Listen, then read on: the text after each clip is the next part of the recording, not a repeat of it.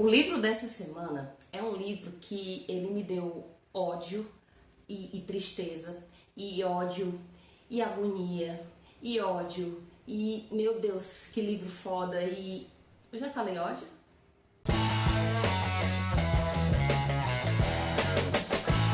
Mas calma, quando eu falo ódio, não significa que eu odiei o livro, não, pelo contrário, eu amei o livro, amei demais. O ódio é da história, né, do contexto, de todo o contexto, de todo o conteúdo da história, porque afinal é um livro, mas não é uma história de ficção, infelizmente. O nosso livro da semana é Ainda Estou Aqui, de Marcelo Rubens Paiva. Sim, o livro que inspirou o filme, que tá aí em cartaz e tá fazendo super sucesso, com Selton Mello, Fernanda Torres e tal, e conta a história do desaparecimento do pai, né, entre aspas, do pai do escritor Marcelo Rubens Paiva, que era o Rubens Paiva, o político, e de como a família teve que lidar com isso após o sumiço desse pai, principalmente na figura da Eunice Paiva, que era a mãe do Marcelo. E, gente, o livro é incrível. Se você assistiu ao filme, agora, no momento em que eu estou gravando, eu não assisti ao filme ainda, mas pretendo. Se você assistiu ao filme, você provavelmente gostou, tá? Porque a maioria todo mundo que eu conheço que foi assistir gostou. Se você ler o livro, você provavelmente vai gostar também. Porque o livro ele é muito bom. O Marcelo Rubens Paiva, ele escreve de um jeito que é bem dinâmico, tá? Que eu achei bem interessante, ou seja, não se torna um livro cansativo. E além do mais, tem o fato de que ele traz muitos fatos que são fatos verídicos, né? Todos os fatos verídicos. Apesar do filme, talvez, focar um pouco mais na figura da mãe, o livro ele não vai focar 100% na mãe. Apesar do título, Ainda Estou Aqui, ter total conexão com a figura da Eunice. Mas ele vai falar muito sobre a infância dele, vai falar sobre o envolvimento do pai dele com as situações, né, que levaram à ditadura militar, sobre a época que ele foi exilado, sobre a época que ele sumiu, sobre quando a mãe dele foi presa, como eles tiveram que lidar com isso após a prisão. Como durante anos e anos e anos e anos eles ficaram sem saber a realidade dos fatos, assim, oficialmente, né? Porque saber, o pessoal já meio que sabia, né? Como foi preciso que existisse a comissão, né? A comissão da verdade, que só veio surgir em 2014 para de fato ter uma comprovação do que tinha acontecido com o pai dele. Olha, e assim, é difícil, porque é um período muito tenso da nossa história. Então é muito difícil ler, ao mesmo tempo que você obviamente quer conhecer a história, você conhece o lado da família, você conhece o lado da mãe, que é essa figura que tem que administrar, que de repente ela se torna sozinha, uma mulher com 5 filhos e ela precisa administrar aquelas crianças e adolescentes, e eles precisam seguir a vida, né? E a Eunice consegue, o Marcelo, ele fala em um momento, em vários momentos ele fala que ela era várias Eunices, porque ela, ao longo da vida, ela teve que ser várias Eunices. Eu não sei se foi porque ela quis, mas ela precisou. Então, além de tudo isso, né, a história não é só sobre o sumiço do pai dele, mas sobre como essa mulher foi tão forte e precisou se reinventar para cuidar dessa família. Mas assim, é pesado, é difícil. Tem hora que você tá lendo, aí bate um desespero, sabe? Porque você vê aquilo que você já conhece na teoria, muito na teoria, e ao mesmo tempo te dá revolta, te dá raiva, te dá tristeza. Tristeza por pensar que tem gente ainda hoje que acha que não aconteceu nada demais naquela época. Que bobagem, grande besteira, né? É o mesmo tipo de pessoa que tava querendo boicotar o filme. Me poupe, né? Mas assim, é um livro maravilhoso. Porém, você tem que estar com o coração preparado para ler. E em muitos momentos desse livro, eu me deparei com o seguinte pensamento. Eunice Paiva era uma mulher de classe média alta, que tinha uma boa condição financeira, apesar de que quando o marido sumiu, né, ela teve que se reinventar, porque como não tinha certidão de óbito, ela também não tinha direito a nada dele, porque oficialmente ele ainda não estava morto. Mas mesmo assim, eles viviam em uma condição financeira muito mais confortável do que a maioria das pessoas.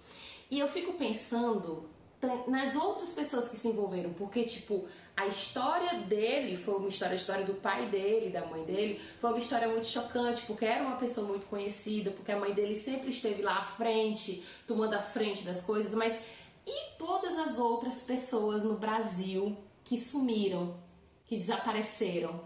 e ninguém, e a família não tem paradeiro, nunca, sabe? Nunca soube o que aconteceu, e a família não tinha uma condição financeira saudável para poder ficar, sabe? É muito doido, porque você começa a pensar em um monte de coisa. Você começa a pensar em um monte de coisa e dá uma aflição. Por isso que eu falei no começo do livro que eu senti ódio. Porque eu senti. É impossível, é inevitável não sentir ódio. Ainda mais quando você é uma pessoa como eu, 30 mais, que sou de uma geração que aprendeu que ditadura militar tinha sido uma das coisas mais vergonhosas da face da terra. Pra hoje, a gente vê jovem que diz assim, não foi ditadura, foi só uma intervençãozinha. Não aconteceu nada demais.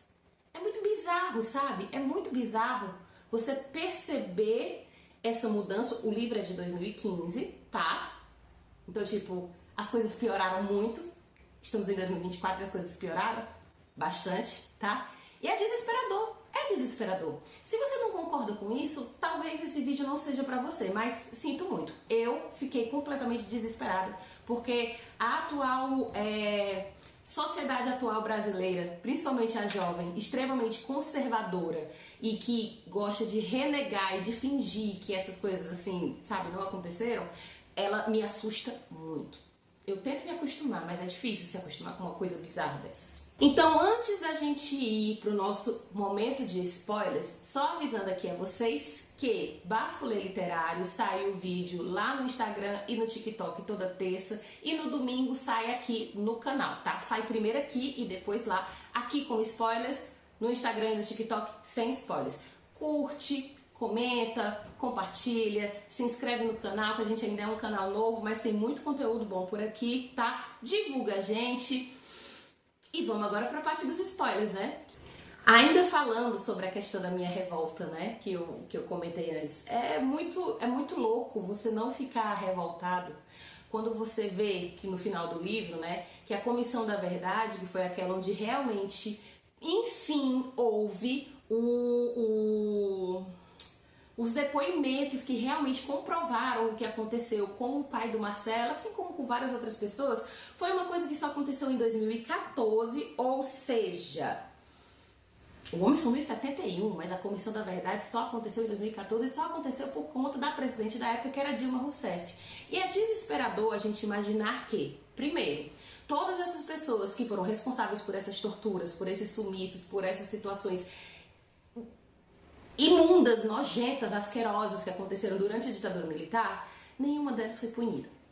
Primeiro, é desesperador saber isso, que nenhuma delas foi punida. Segundo, é desesperador saber que esse tipo de ponto final só foi dado em 2014, durante a presidência da Dilma, e 2 anos depois, em 2016, ela sofreu o golpe do impeachment. E pior, não só pior, mas é lembrar que certas pessoas, certas figuras políticas que despontavam ainda com mais força na época, tiveram a ousadia de dizer, em nome de Coronel Brilhante Ustra, o nome de um ditador, do ditador que torturou a presidente da época. Então sim, é desesperador você ver que esse livro é de 2015, que ele estava falando sobre a possibilidade de mudança, e a mudança foi para pior. A mudança foi para pior. Porque a gente tem, em um momento, a Comissão da Verdade aparecendo e 2 anos depois, as pessoas comemorando em nome de um desses militares torturadores, desses assassinos, dessas pessoas horrorosas que existiram na nossa, ou existem alguns até hoje, né, na nossa sociedade. É nojento, é desumano, é desonesto, é revoltante. É revoltante, tá?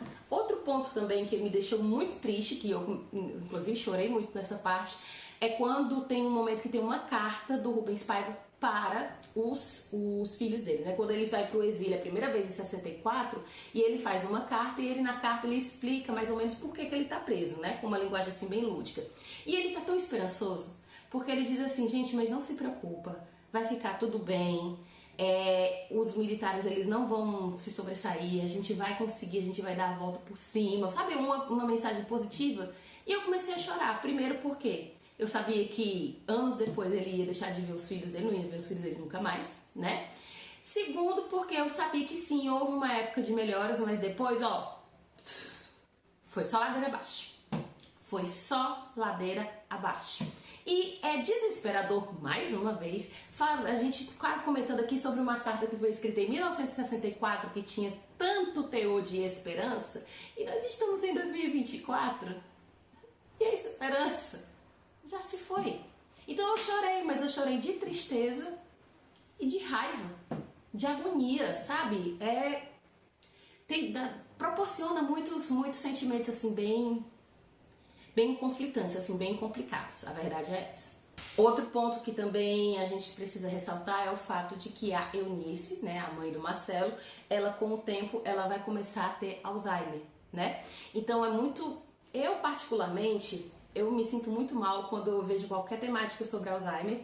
Eu não tenho ninguém na minha família que tenha, mas eu tenho um medo real dessa doença, tá? Eu acho que é uma das doenças assim mais horríveis que existe no mundo. Eu tenho um medo real mesmo, assim, real mesmo, sabe? Tipo, eu lembro daquele filme do Anthony Hopkins, aquele Meu Pai, que, nossa, que filme desesperador. O filme é maravilhoso, mas eu não quero assistir ele nunca mais. Porque, sabe? E a Eunice, que foi uma mulher que teve que batalhar, e batalhou muito pela família, pelo marido, pelas pessoas que ela decidiu defender enquanto advogada, inclusive os indígenas, ela sempre teve essa pauta, assim, muito à frente para uma mulher da época, tá? E ela ficar com Alzheimer, ela ter esses momentos de esquecimento, isso foi muito sofrido. E quando sai o resultado da Comissão da Verdade, ela já não tá mais ciente das coisas. Então, nossa, pesado. Mas assim, como eu já falei aqui outras vezes, a história é pesada? É, mas eu recomendo demais a leitura. Sabe por quê? Porque a gente precisa ter consciência da vida ao nosso redor, entendeu? A gente gosta muito de pegar livro para poder fugir um pouco da realidade. Eu super entendo. Às vezes a gente tá tão cansado de tudo que a gente só quer uma válvula de escape, e o livro pode ser uma válvula de escape. Mas, de vez em quando, é interessante a gente manter os pezinhos no chão, tá bom? Porque se a gente não mantém os pés no chão, a gente fica ali ao que está ao nosso redor, quando menos espera, a gente é surpreendido de uma forma muito negativa. Então, ler livros como o Ainda Estou Aqui, de Marcelo Rubens Paiva, pra mim, é manter esses pés no chão. Não é só por causa do hype do filme, não. Inclusive, eu acredito que dá pra assistir o filme sem ter lido o livro tranquilamente. Mas, se você puder ler o livro também, sabe? Eu acho que é interessante. É interessante você parar para pensar que esse livro, essa temática, fala de um período vergonhoso da história do nosso país, que afetou a vida de milhões de pessoas. Pode não ter afetado a sua, pode não ter afetado a minha diretamente, mas afetou a vida de muita gente, afeta até hoje. E é preciso a gente estar sempre bem atento. Porque, né?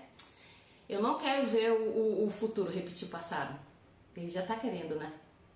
Melhor a gente deixar isso pra lá. Então, o nosso livro da semana é Ainda Estou Aqui, de Marcelo Rubens Paiva.